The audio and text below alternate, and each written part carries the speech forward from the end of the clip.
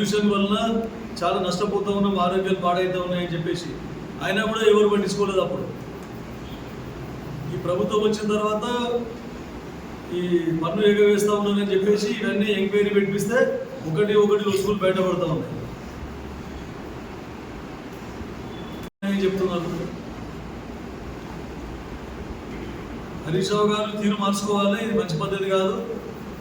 మా కాంగ్రెస్ ప్రభుత్వం ఏదైతే ఉన్నదో రేవంత్ రెడ్డి గారి ప్రభుత్వం పారదర్శకంగా ప్రతిదీ ప్రజలకు దృష్టిలో పెట్టి పనిచేస్తూ ఉంది.